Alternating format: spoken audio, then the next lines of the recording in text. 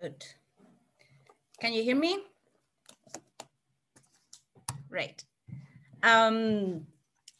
So welcome to this second session of the Wilberforce Society Conference. I am Cristina Peñasco, lecturer in the Department of Politics and International Studies at the University of Cambridge, and it is my real pleasure being today here with you, moderating this fascinating debate on the climate emergency and popular politics.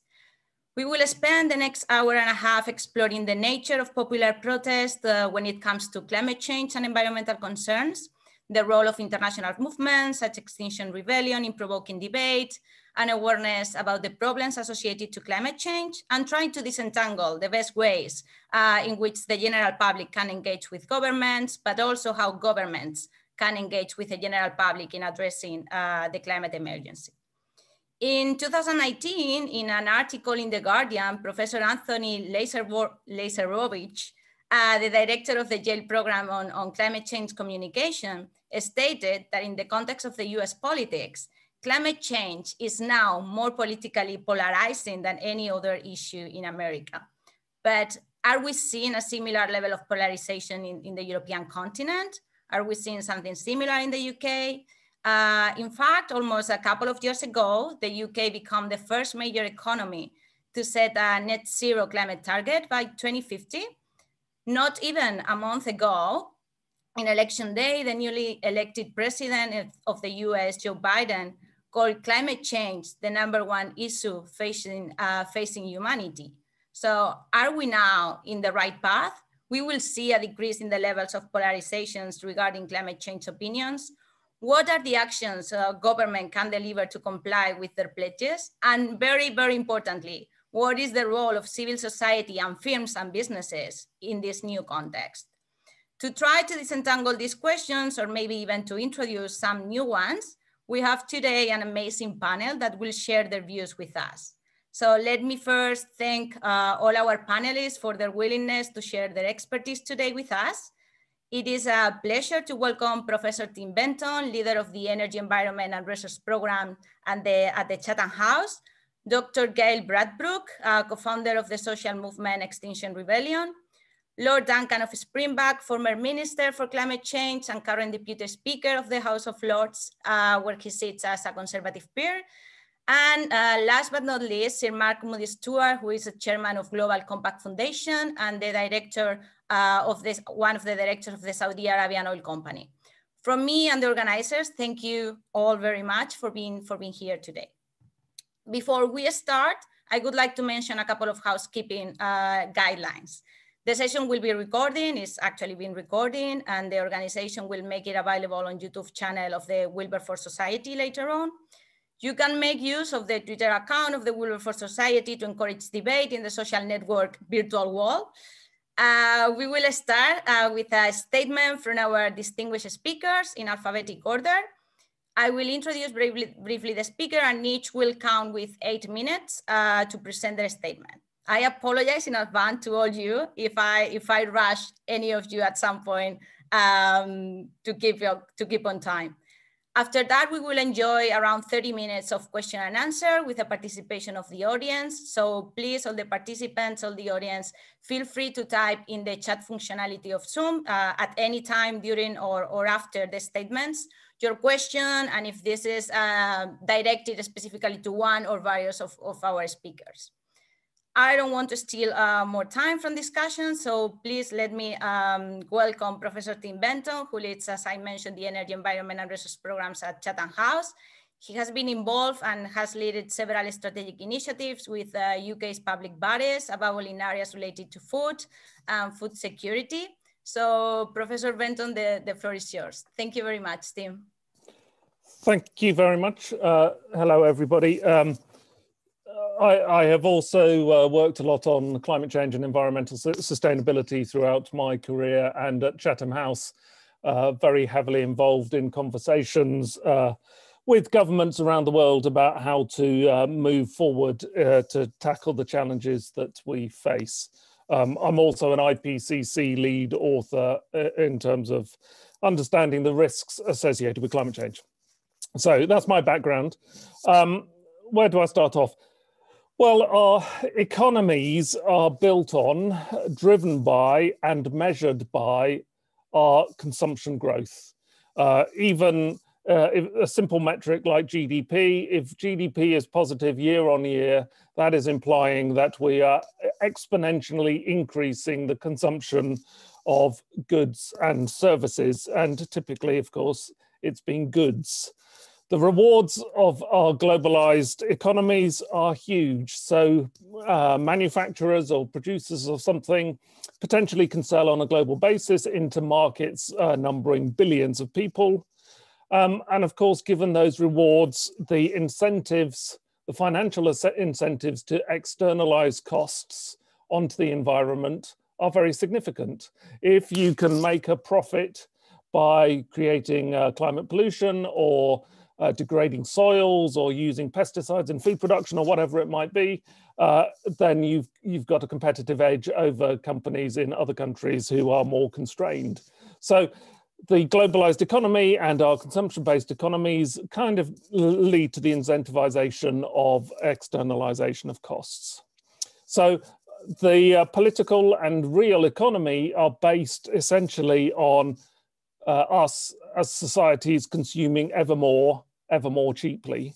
And of course, that leads us into the problems of how do you do that on a planet where resources are finite and where there is a finite buffering capacity to deal with some of the issues. So tackling climate change or any of the other environmental issues, biodiversity and so on, requires not just marginal tweaks at the edges that are easy to do under a business as usual scenario, but they require real structural and systemic change. It's not a matter of dealing with climate change by buying an electric car or changing our light bulbs. It requires a root and branch change in the way we do things, including, as has become quite evident in the last decade or so, thinking about changing our diets and making our diets more sustainably produced. So big changes required. And of course, because of the financial incentives of the way we run our economy and we've designed our economy, there are huge vested interests globally that try perhaps to stand in the way, and political toxicity in the sense that because our system is based on us having ever more access to ever more cheaper goods and consuming ever more, if the reality of dealing with climate change and dealing with environmental change in general implies raising prices, reducing availability, taxes on flights or whatever it might be, this of course is politically toxic. So the main point I want to make is that for change to happen, given that we have invested so much in designing an economy based on structural issues that are very, very difficult to change, for change to happen, we need, as citizens, to drive the change politically.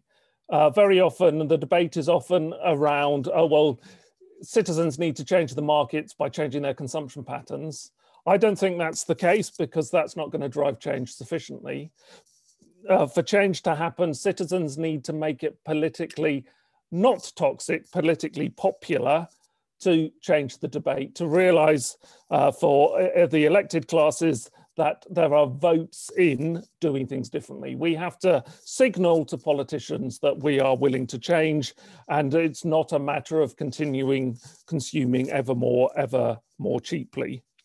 So I think politicizing the debate is the route towards dealing with these climate issues. And it's very evident that institutions like Extinction Rebellion, and it'll be interesting to hear from Gail in a minute, and the School Strikes for Climate with Greta Thunberg, they have been radically changing the debate. I remember 2 years ago, we had the climate change conference as we do each year at Chatham House. So 2019, Extinction Rebellion had just started their first rebellion. And every politician there, both from the UK and from a wider afield, had said Extinction Rebellion, Greta Thunberg, the rise in youth activism was changing the debate on a global basis and making it much more politically realistic to drive change.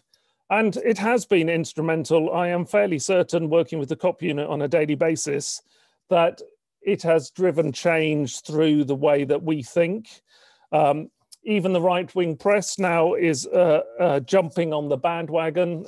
Several newspapers have kind of pushed the green credentials.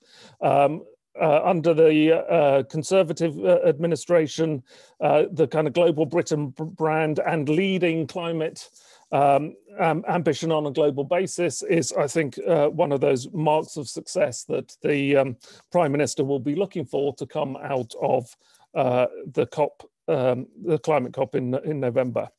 And you can see this not just in the UK, but you can see this happening around the world.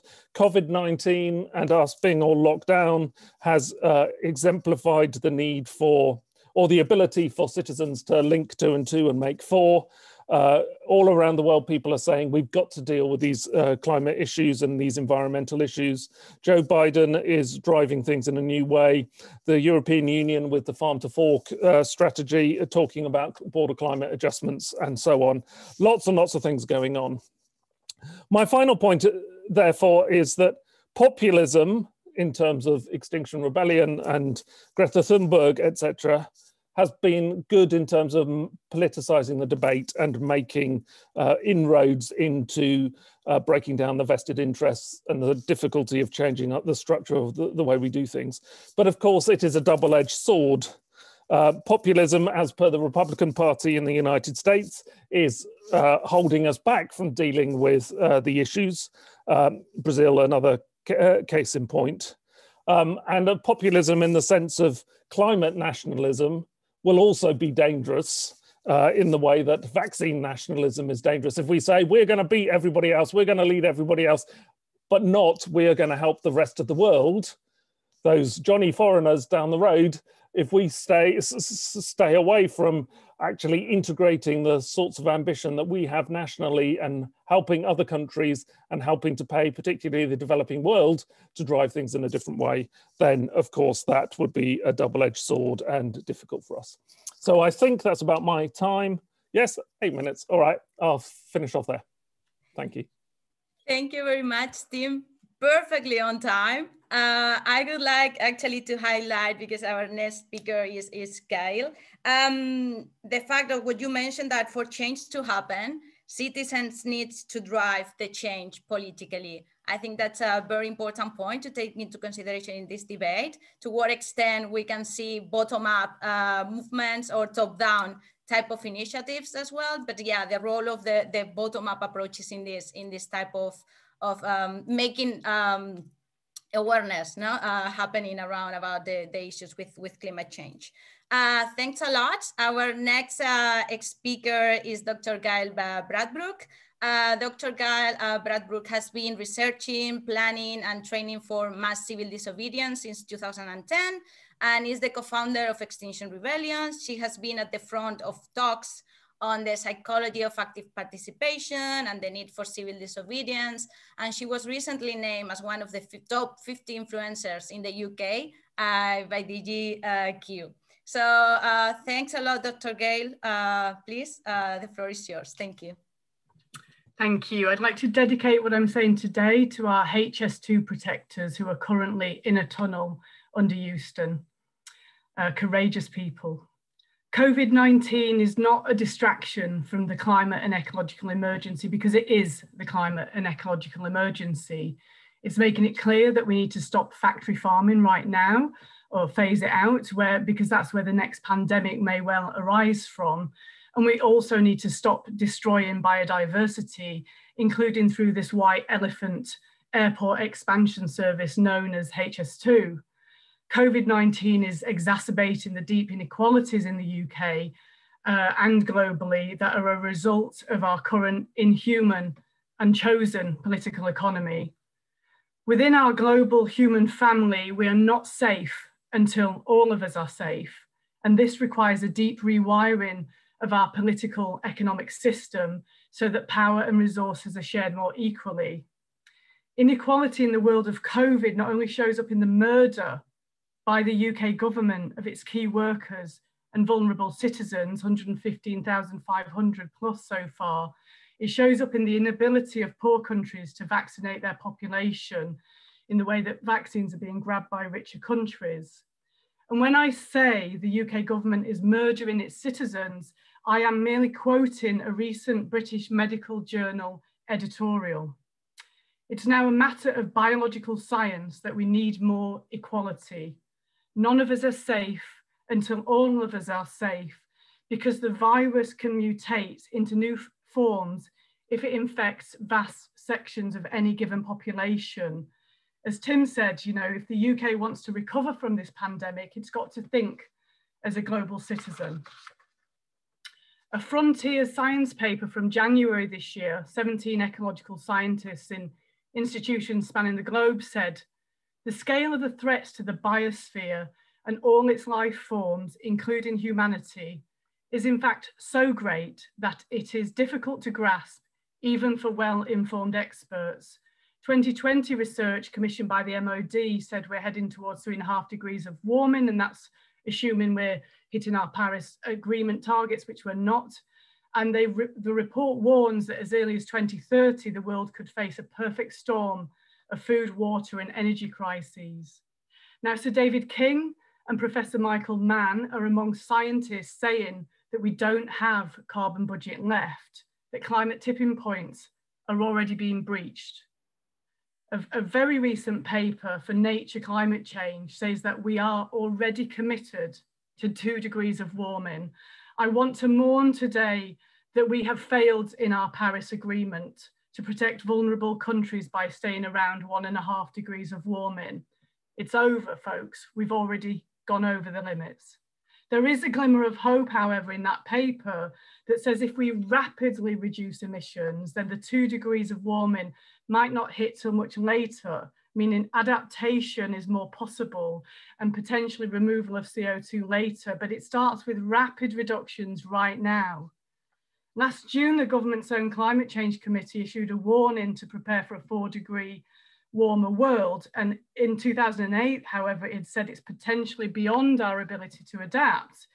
In fact, there is, according to Kevin Anderson of the Tyndall Centre, a widespread view that 4 degrees C is incompatible with an organised global community. So what we're talking about is that we're facing the collapse of our civilization, and that will be resulting in billions of people dying, according to Johan Rockström of the Potsdam Institute on Climate Impact Research.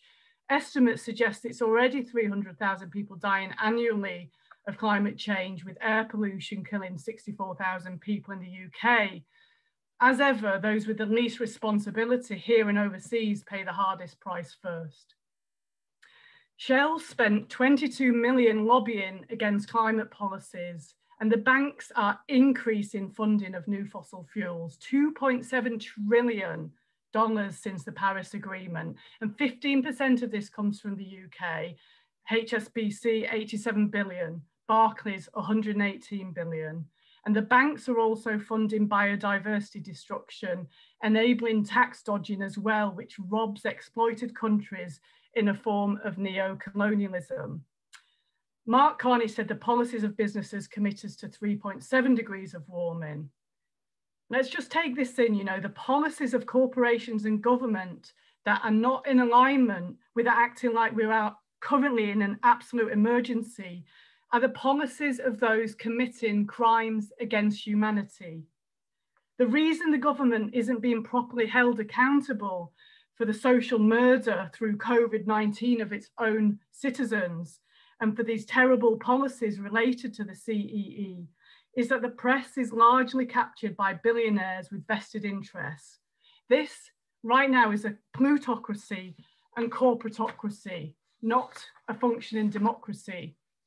The World Economic Forum, the elites at Davos, have called for a great reset, naming that this political economy is over and that the depths of inequality in the world are unacceptable. The recent Das-Gupta review also holds our economic system accountable for the ravaging of the natural world. The system has to change. These harmful behaviours are incentivized in a psychopathic system. It's got very little to do with bad actors, but the system will resist change, less through denial now and more through delay and greenwashing. It wants to pretend we can have green growth, we can't, and that we can transition with a no value lost to banks, corporations, and those of us who are richer. It's another deception. An emergency means acting now. It means there's a price to pay if we want to save our kids' future and stop killing people across the world. Change will not come without social movements pressurizing for this change. And that's why Extinction Rebellion calls on all people to support us behind the scenes or to join us in acts of peaceful civil disobedience, if you can, because that is how change happens. And whilst the change that XR has already brought about is celebrating, there's also a move to call us extremists. Expect this more this year in a strategy to silence us while the UK government hosts COP26 and wants to push a greenwashing agenda. We won't be silenced by a fake process run by people who've been in a business with those expanding the right-wing propaganda machine of the media. As this paradigm collapses, in the words of the economist at Deutsche Bank, modern civilization is screwed. We have before us a stark choice. We have to move in a direction, and it's one of more democracy or less democracy. And in Extinction Rebellion, we don't tell people what we think the solutions are. We call for citizens' assemblies, especially a global citizens' assembly this year, to decide on how to change our political economy so that it can maximize well-being and minimize harm. And while you may feel today my pain and rage, I consider all of us here, my beloved brothers and sisters. We are part of one beautiful human family. It's time to put down our ideological differences, look at each other afresh, and sort out this mess. We should take all the opportunities we have to repair the harm that has already been done. In that way, I finish with a request to help heal the harm. So Mark, I have been asked to pass on this message to you from Lazarus Tamana, the president of the Movement for the Survival of the Ogoni People.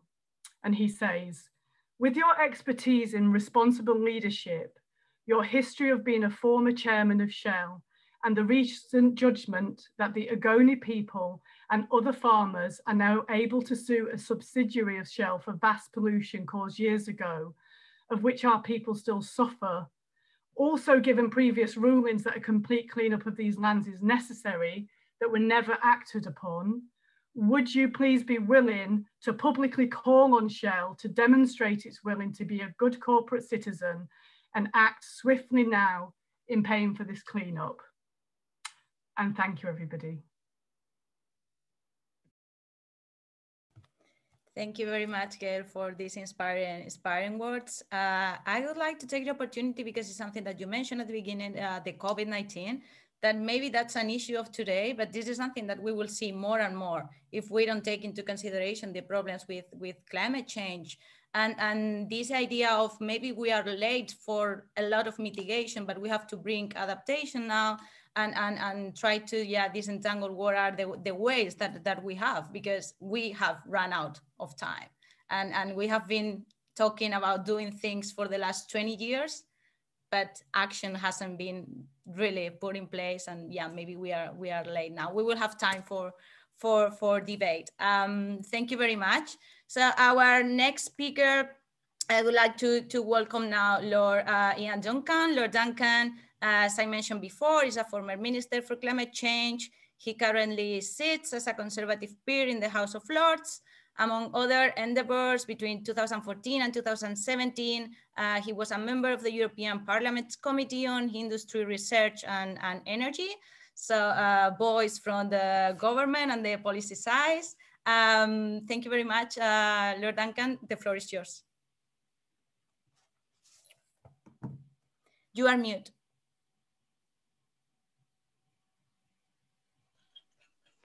There we are. Can you hear me now?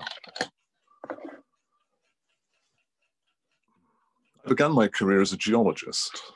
So my background is in geology, and I taught geology. Back then, we were looking at an interstadial, the UK Teaching then was recognized as cutting edge, but the understanding of climate was limited. We were thought to be in essence, a warmer period in an ice age, and we have advanced considerably since then. As an MEP, I attended each of the COP gatherings, and I think the challenges that they represent are real. And we have a significant problem facing us now, primarily because we cannot solve the problem here in the United Kingdom alone, nor indeed can the EU collectively as a continent with us solve it either. Some of the greatest challenges rest elsewhere, and within the configuration of the COP arrangements, some of these challenges are almost very, very difficult to solve indeed. I want to focus, I suppose, upon where we can be, because in truth, what we can do is one of two things. We can offer leadership and demonstrate what we can do, and we can offer money. I was the minister responsible at the last actual COP meeting, and it basically fell apart because the issue was then around how to ensure that adaptation and mitigation and in essence money for what had gone wrong, trying to find that money was basically at the heart of the discussion. And there wasn't a great appetite from many of the participants to find that cash which would have been required. And I think going forward, looking toward Glasgow, I think that will remain a particular problem. The UK as a country, even allowing for its cut in the amount of money it spends on development aid, is still a global leader in this regard. It does spend considerably more than most members of the EU and other leading nations in the world. Even after the cut comes in, it does that. There has been an unwillingness of most to meet the Millennium Development Goals and to commit the funds required. And that will remain a particular problem looking forward because in truth, almost all of these issues at a global level will require substantial investment in supporting nations, both to deal with the problem as they experience it and to mitigate the problem going forward. And the question is, where shall that money come from? And against that backdrop, we have COVID, which has made people perhaps a little bit more nationalistic in terms of where money should be spent. Not just in terms of where they think it should be spent, but where they can afford to spend it. And I think that will be a factor which we need to be alert to.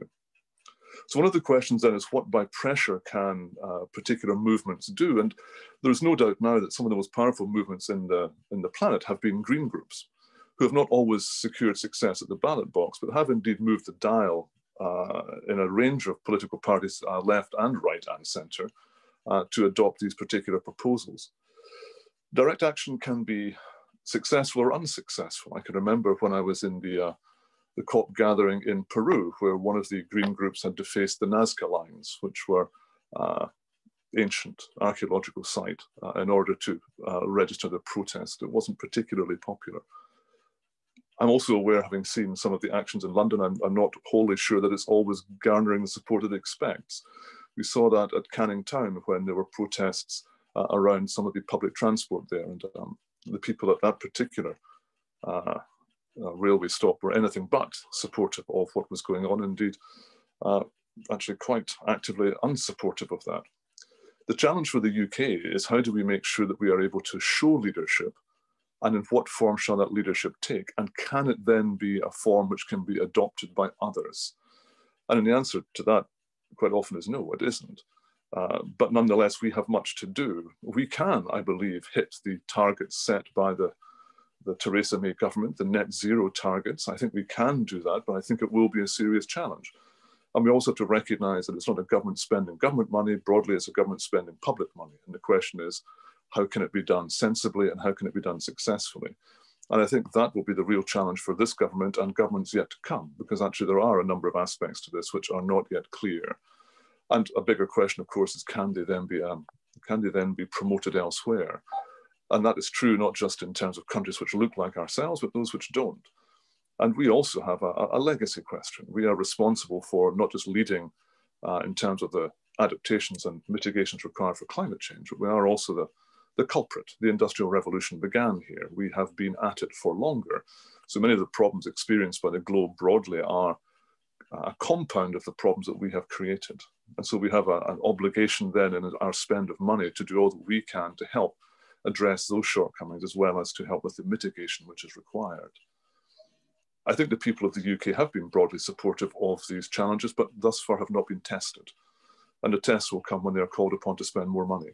when they themselves will have to commit financially to this. And the COVID issue has brought a number of things home, I suppose. If you think about the situation now in terms of air travel, for example, the air travel has probably never been as low as it is at present.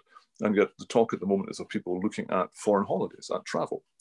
So we are living through what indeed will need to be a recognized reality, which is there needs to be less air travel unless we can find some way of addressing the emissions from aircraft. But it's not popular. And the question is, how do you then achieve the same outcome while maintaining popular support? And I think that remains a challenge.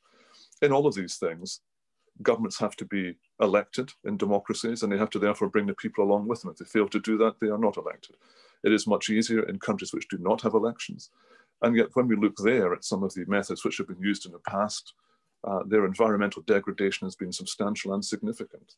So the improvements in the environmental quality in the countries of Eastern Europe have actually improved since the end of communism. But nonetheless, there's much more to do on a global scale. I am cautiously optimistic that we can offer that leadership. I believe that the funds that we can divert to these causes will make a substantial difference. But I'm yet to see the concerted action, even with the commitments which I suspect we'll see in Glasgow.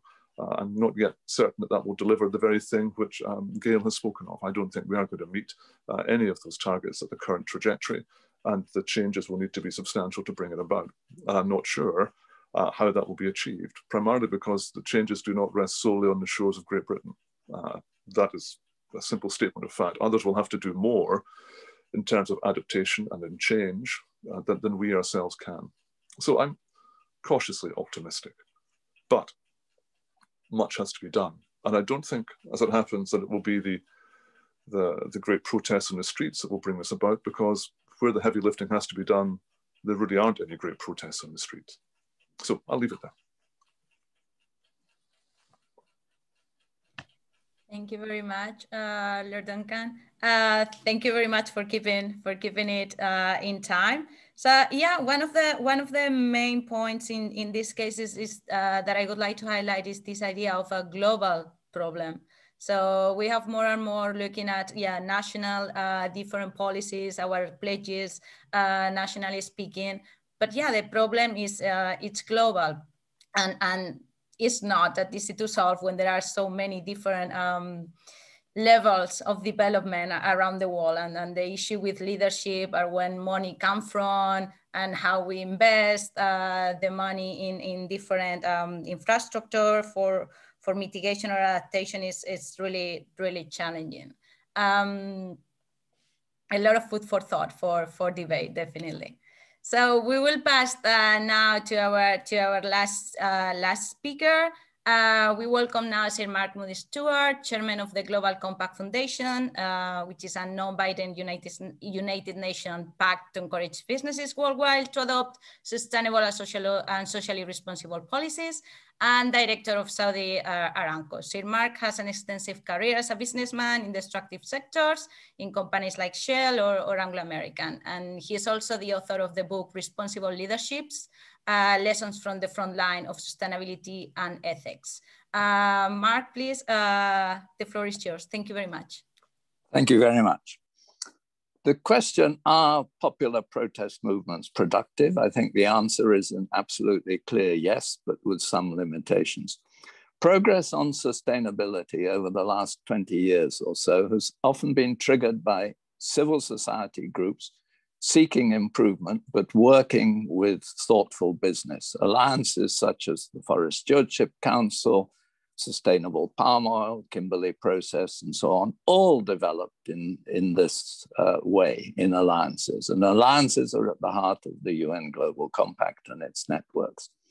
When driven by consumer choice and shareholder engagement, the effect is even greater. Spectacular displays, I think, can also usefully highlight causes. I've communicated in my life with many demonstrating polar bears. Hanging banners from corporate buildings certainly attracts attention. One Sunday morning, 20 years ago, in relation to Nigeria, a group of 30 or so protesters hung a banner on our house in Sussex saying "murderers." From a long discussion on our lawn, while they ate their lunch. I think we all learned. They graciously climbed and took the banner down because my wife had suggested that they might need it again. To have an impact, it is useful to try and agree on the facts and perhaps also the grounds for possible cooperation. Martin Luther King is quoted as saying that you have no moral persuasive power with people who can feel your underlying contempt. 20 years ago, I had a pie smashed in my face when going to talk about the World Summit on Sustainable Development in St. James's, Piccadilly. This was harmless enough, though fortunately there were no embedded razor blades in the pie. If you want to see the result, Google Moody-Stuart gets his just desserts. They suggested that I was possibly the most dangerous man in the world, which was strange given the competition.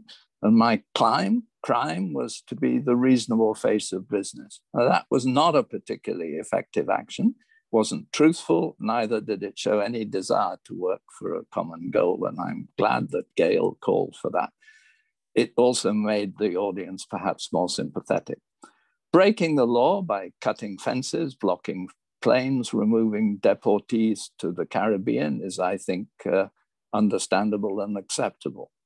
For Extinction Rebellion, I support their awareness-raising marches, but personally don't support blocking main thoroughfares in London for periods of time, which can cause collateral damage and, as has been said, might be counterproductive. So what actually of the main issue, which is the climate emergency? There's no doubt the energy transition needs to be radically accelerated. In 1997, Shell and BP both acknowledged the threat of climate change and subsequently supported the Kyoto Protocol. For 20 years or more, European oil majors have supported carbon pricing as the rational economic lever for lower carbon energy. Initially, we favored cap and trade systems, but as the implementation weaknesses in the European system became apparent, we shifted to carbon taxation. By 2019, a meeting called by the international oil companies, by the Vatican for international oil companies, attended by the CEOs of every major international oil company, including Exxon and Chevron, together with major investors, pension funds such as CalPERS, Legal & General, Norwegian Sovereign Fund, BlackRock, and so on, all felt able to sign up to support governments to set a carbon price, quote, at a level which incentivizes business practices, consumer behavior, research, and investment to advance the energy transition while minimizing the cost to vulnerable communities. The presence of pension funds was important. Oil majors boosting investments in sustainable energy threatens the strong dividend flow which pension funds have expected. Pricing's not the only instrument. Regulation plays a critical part.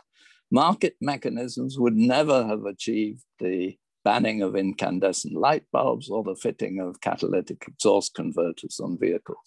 Efficiency mandates have a very significant impact and they could be tighter without economic damage. It's very encouraging to see the government signaling the phase out of internal combustion engine vehicles.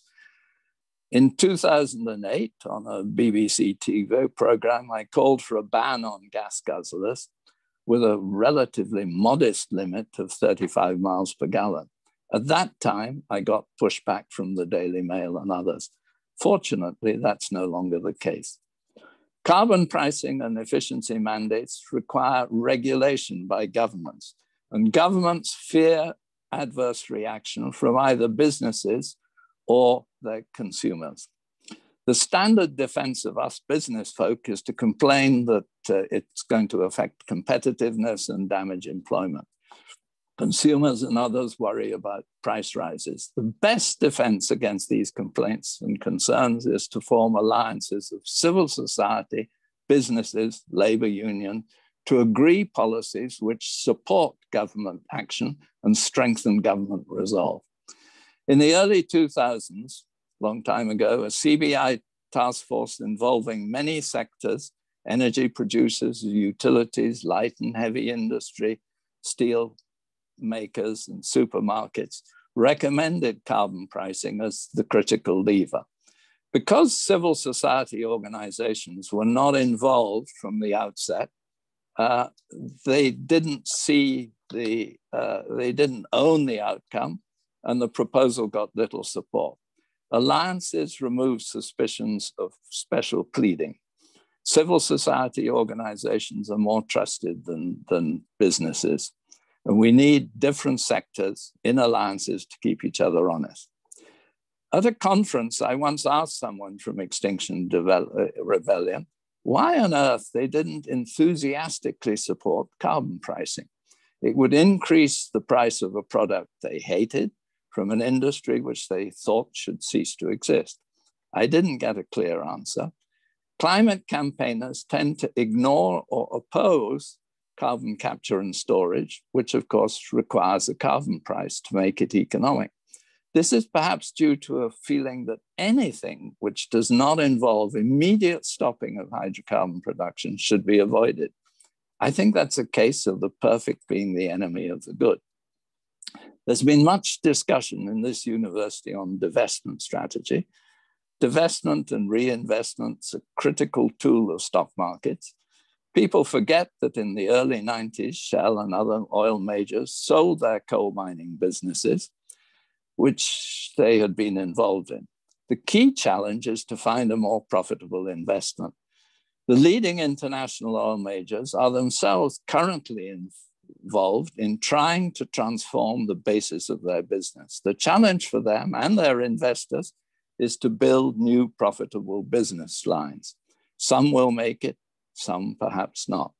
We need to work together. And I think alliances and carbon prices are key mechanisms in that. In answer to Gail and Lazarus's challenge as to whether I would call on Shell to be a responsible citizen, the answer is yes, but that's quite easy to do. And Shell, I think, would consider itself a responsible citizen. The question is, what is a responsible citizen? It's plainly going to cost money. It will cost money on cleanup for some environmental damage, which is absolutely not Shell's fault. And I think Shell will have to accept that, and we have done in the past. So again, I call on people to sit down together and work out how, in a difficult environment with complex issues, this can best be done. Thank you. Thank you very much, Mark. And thank you very much again for keeping on time. We have a wonderful 30 minutes ahead of us for questions and answers. Just to summarize, I think the main points that I saw here after our four wonderful statements, I see clearly agreement that we need actions and we need to act now in the short term and in the long term. Maybe the divergences appear in how we make it. I see different approaches. So I think Tim and Gail have mentioned very clearly the role of citizens in creating the debate. Then Ian has focused more as well in the leadership of the different countries and governments and the investments. And then Mark in the role of companies as well in making the change. So how we bring together these different actors to make possible changes that are positive for everybody and in every sense. And I think one of the things about policy and regulation and the use of different instruments is it's a very good point to start with. So thank you very much for these fruitful statements. There are already questions coming from the audience. So actually, if without further delay, I would like to introduce the first question from the audience. This comes from Laura or Laura, depending on the country. And she wonders if we really need a global strategy to deal with climate change. How is that possible? How we can do this global strategy for climate change when every government has different priorities or plutocrats in power? And what happens to countries who refuse to comply with, for example, a UN resolution? Anybody that would like to take this question? Tim. So as Ian said, climate change and other issues require global cooperation, because otherwise you end up in a situation that some pay the cost and some reap the benefit. And in a world where we judge ourselves in a global competition for economic growth, then of course taking the cut and not getting the benefit is problematic. So we do need global cooperation. That's not the same as to say that we all have to do exactly the same thing, which is the principle of the Paris Agreement, that countries determine their contribution to Paris goals and do so in their own ways. I do think there is an issue how we deal with countries that really are not ambitious enough to meet Paris goals, and obviously there are debates in various fora at the moment, particularly EU-Mercosur conversations about Brazil and deforestation and the need for border carbon adjustments and carbon taxes levied at borders for soya produce that comes in to feed our pigs, to make cheaper pork that comes from perhaps deforested areas of the land. My own view about how we deal with countries that do not want to play ball on a global cooperative basis is that we have to do exactly as Mark was saying. We have to form alliances. And if, for example, the EU and the US and perhaps even China all agree on a way forward, it becomes much more difficult for a country that is bucking the trend to sell into those markets, and then they might be under economic pressure to reform what they're doing. So bottom line is we do need global competition. We also need autonomy in how we reach those goals, because some countries will need to do things in different ways, and we need to find a better way of dealing with the countries that don't want to or want to game and cheat the system in a kind of prisoner's dilemma sort of way. We can't, if we are going to deal with climate change, we've got to find a way of making sure that everybody plays ball on a global basis. I would only very briefly add that I think the time has come to seriously look at border tax adjustments to prevent us exporting our problems elsewhere, and to have some kind of sanction. But it will be very difficult, and if we're not careful, it will land up in other economic damage. But I think we need to think about it.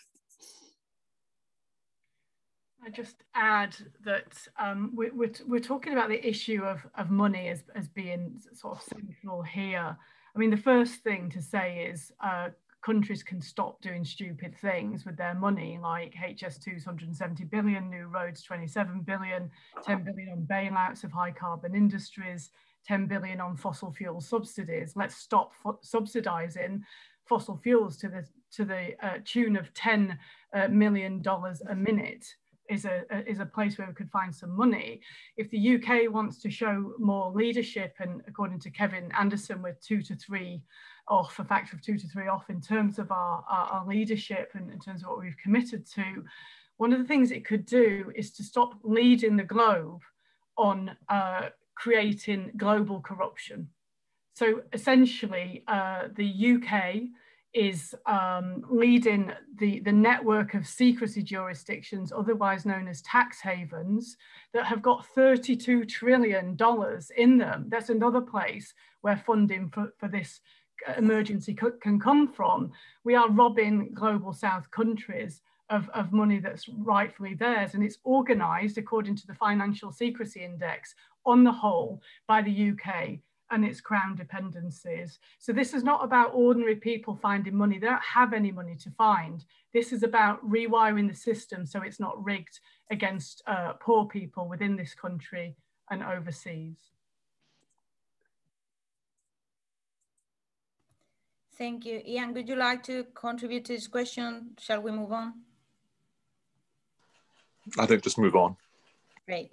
There is another question, and I will touch on a point of Mark about carbon pricing, and this involves consumers as well and citizens. So there is a question in the audience: how can carbon pricing be approached in policy to mitigate the impact of these policies of carbon pricing on consumers, the negative impacts that we may see in citizens? Any insight on this question? No, the meeting in the Vatican, which had both investors and major investors and all the major international oil companies, when they called for carbon pricing, were very anxious to put in that what the use of the funds would be, what the funds would be used for, and that they should be used for mitigating the damage on affected communities and vulnerable communities. It's not easy. I think it needs to be, the fear for carbon pricing and carbon taxation has always been that the government would simply take the money and put it in the general pot. And then you're into an argument about hypothecation and all of that. So but we need relief. But the impact is not that big. If you look at it, and forgive me for mentioning petrol in this environment, if you look at a relatively high carbon price of, say, $50, $100 a ton, you need well north of $70 a ton to really begin to impact behavior. You're talking about, I don't have the exact figure, 10p a litre or something. It's small in comparison to the price of gasoline as a whole, partly because, of course, the bulk of the price is other forms of taxation, which offset the subsidies which we are alleged to get. Gail, thank you. So 50% of global emissions comes from 10% of the population. For the richest, they have sort of 10,000 times the carbon footprint of ordinary people. There lies a very quick way to cut emissions. And there are different suggestions related to carbon pricing and carbon taxes. One version is an immediate redistribution of wealth by having individual carbon budgets and the wealth going to others who don't use up their carbon budgets. But with all of these things, the line from Extinction Rebellion is that it's not down to those that are the richest and in business and so on to make the decision about this. We need those voices. We need to hear from businesses about what would help, but ultimately the decisions need to be made by ordinary citizens. That is the original form of democracy from Athens, and it's been championed now by Gordon Brown and by the economists. So I'd really love to hear people get behind the use of citizens' assemblies to deliberate on these issues. It's not just purely about forming alliances, it's about actually handing over decision-making power to people.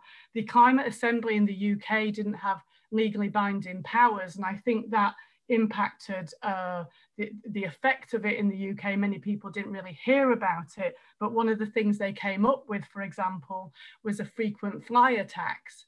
So what I've heard said about that assembly is that politicians were either dismissive of it or frightened of it, but once it ran and it came up with some sensible suggestions, although there were limitations in the questions that were being asked, we can see that ordinary people do come up with good ideas. And if we had, you know, Bob the bus driver and Fiona the hairdresser thinking about these issues and advocating for them to the public, I think we would come up with some much more bought in and innovative and interesting solutions to this crisis.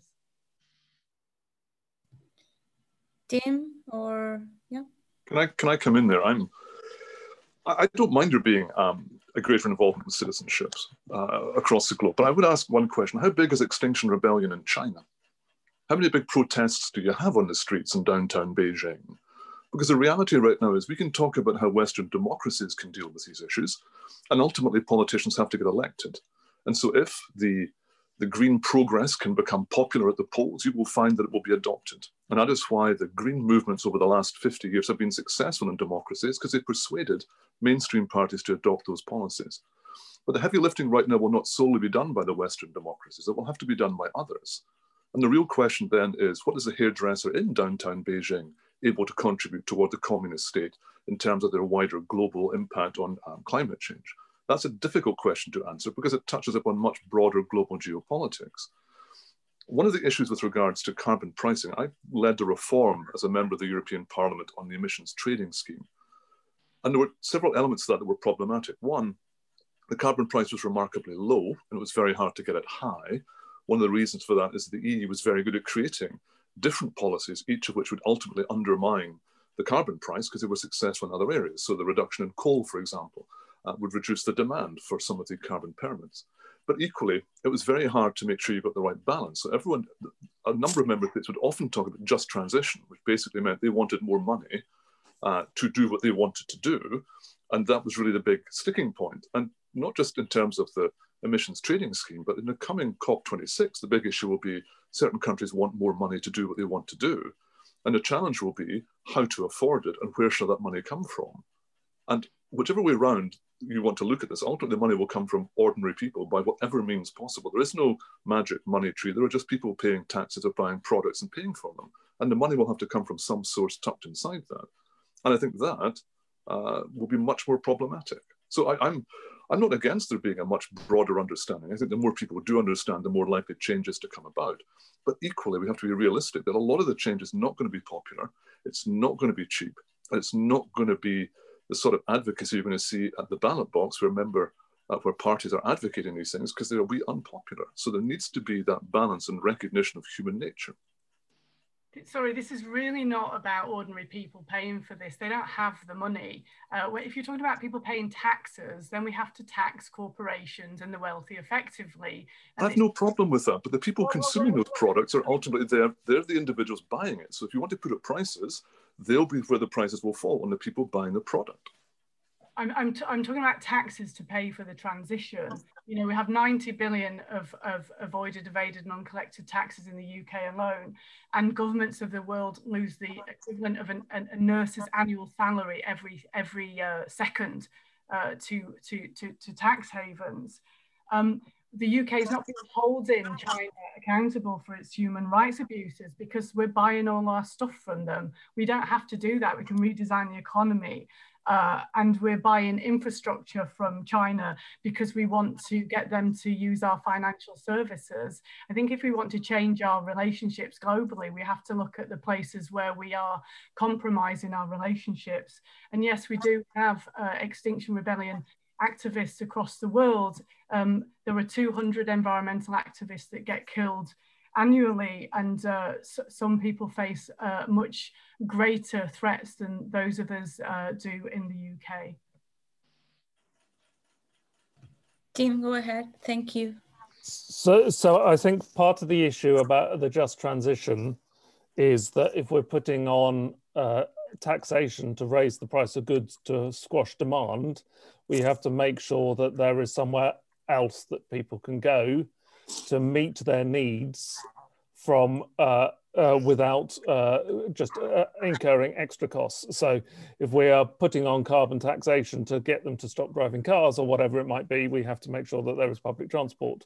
And just as an example, you know, I do a lot of work on food systems, and one of the conversations that we're having at the moment is given the greenhouse gas emissions that come from the livestock sector on a global basis, we need to move towards diets that have a lower footprint. And diets with a lower footprint tend to be richer in plant protein, more diversified fruits and vegetables and so on, and therefore also healthier and reduce the obesity and the diseases that come from that. And one way around that is to change the way that on a global basis grains are subsidized. And if we took, for example, subsidies off growing soy, wheat, rice, maize, the major commodity crops on a global basis, if we took them off and said, well, actually, better diets is a public good, put them on fruit and vegetables instead, the price of grains would go up. It would become less economically rational to feed them to livestock. Livestock prices would go up. People would buy less livestock, but the price of fruit and vegetables and the price of plant protein would come down. And so you would change the availability. So at an individual consumer's perspective, an individual citizen buying their food, they might be able to afford a better diet for less money by changing the incentive structure around the production side through changing demand. So I don't think a carbon tax, just a blunt carbon tax will raise prices and will hit the most vulnerable most. And particularly if we're not doing anything else to allow them to travel or move or buy the right sorts of food, then it will be iniquitous. So the balance is to get the carrots and the sticks and to put the money in the right places to drive the behavior that makes us all, including wider society, better off. Over. Yeah. Could I just say that while I set a lot of store by economic levers such as carbon pricing, they're not the only answer. We need regulation. As I said, incandescent light bulbs or catalysts on the back of cars would never have been put in place by market mechanisms. You need brave regulation, which needs to be supported by alliances of businesses and others. And you can have regulation on food as well. I would like to dig a little bit more on that idea of the carrot and the sticks and regulation on financial instruments and more soft type of instruments. So we were talking, or Ian was mentioning that we have this global problem challenge that we cannot tackle individually, but at the same time, we are talking about the role of citizens and how we take our own decisions in the type of products that we consume.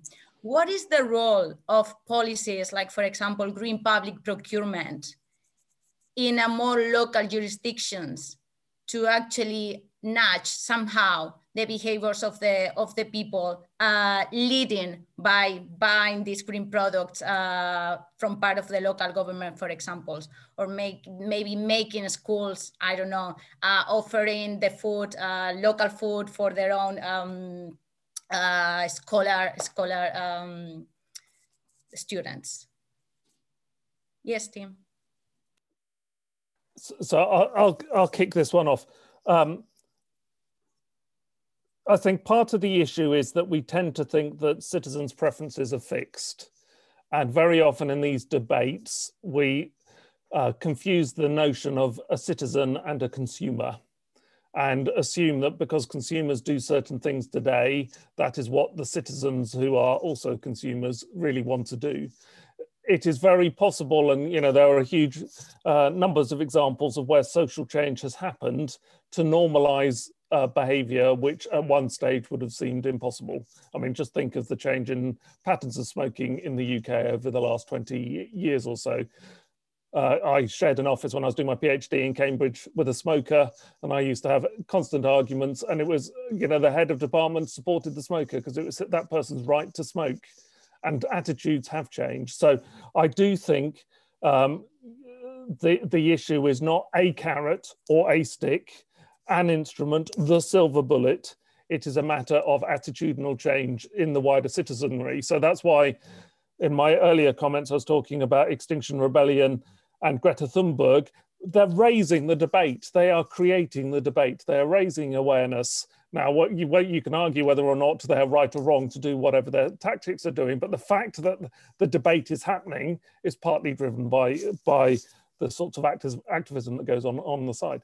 But certainly within the IPCC climate special report on climate, food and land, we looked at something like 20 different families of behavior that could be used to change, in that case, the relationship between citizens, diets and markets and production of food goods. And it's not just a carbon tax applied on meat.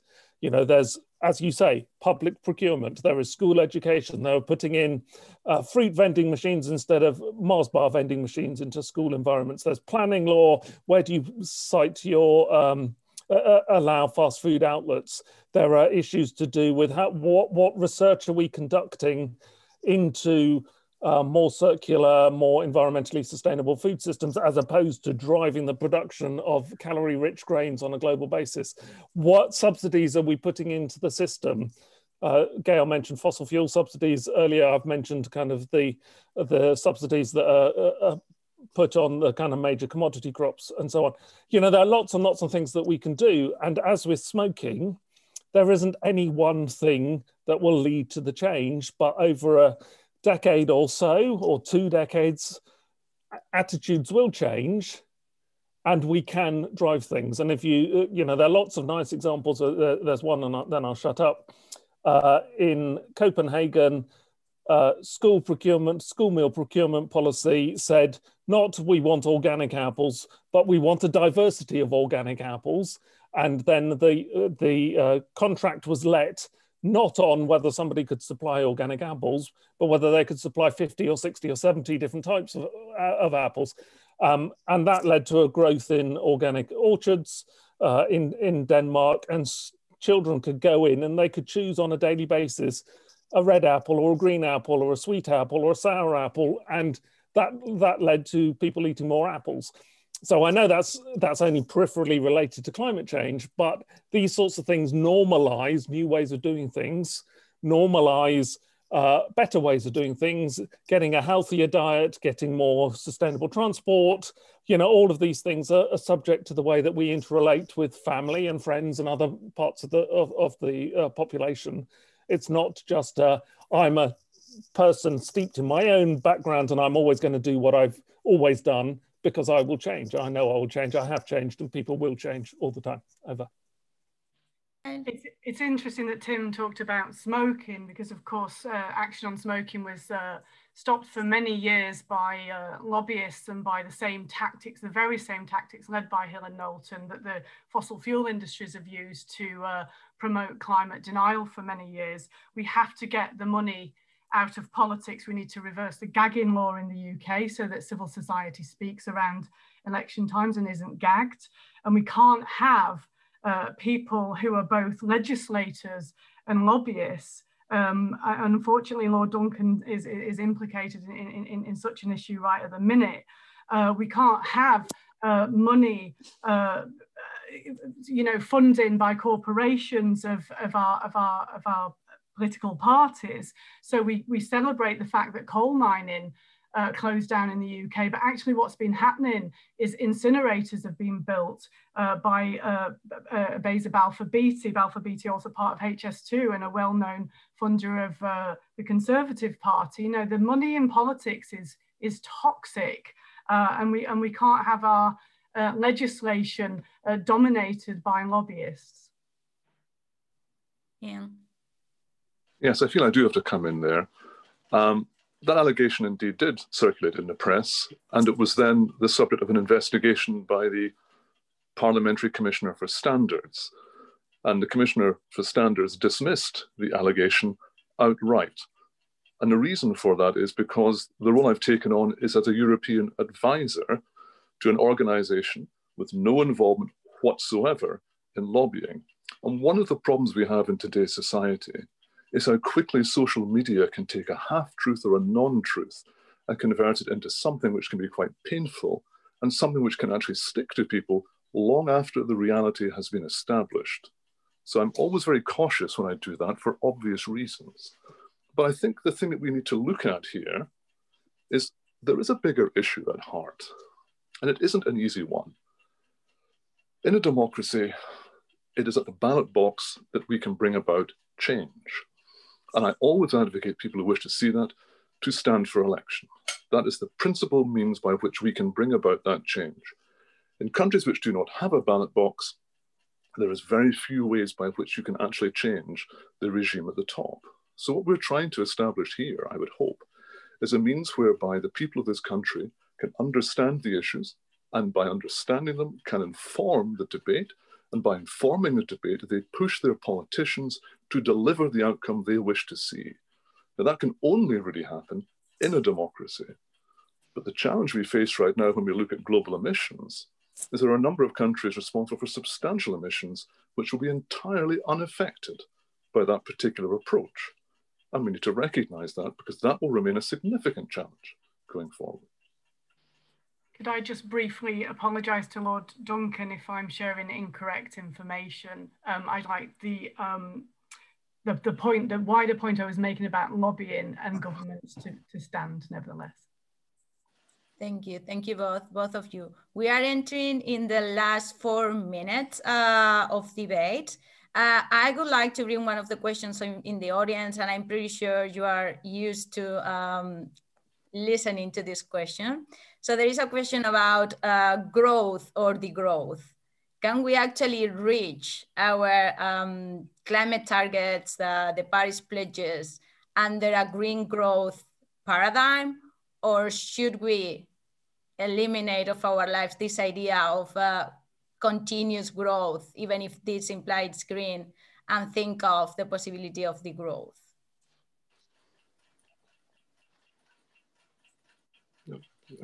I can, yes, we can do it. I mean, the UK has managed to grow its economy while substantially reducing its emissions. Exactly how it can be replicated by other nations depends upon the mix of industries which they have within their country. I think we also have to recognize that the UK was going through a post-industrialization from its wider manufacturing base, so that perhaps made that slightly easier. And we are, again, primarily a service-based economy, so perhaps going forward, the challenges we face will be different from the rest of the globe. But at the same time, it can be done. The real challenge will be whether there's an appetite to do it and at what cost, and whether that will be the same in, let's call them Western, first world developed countries versus those who are less inclined toward that democratic paradigm.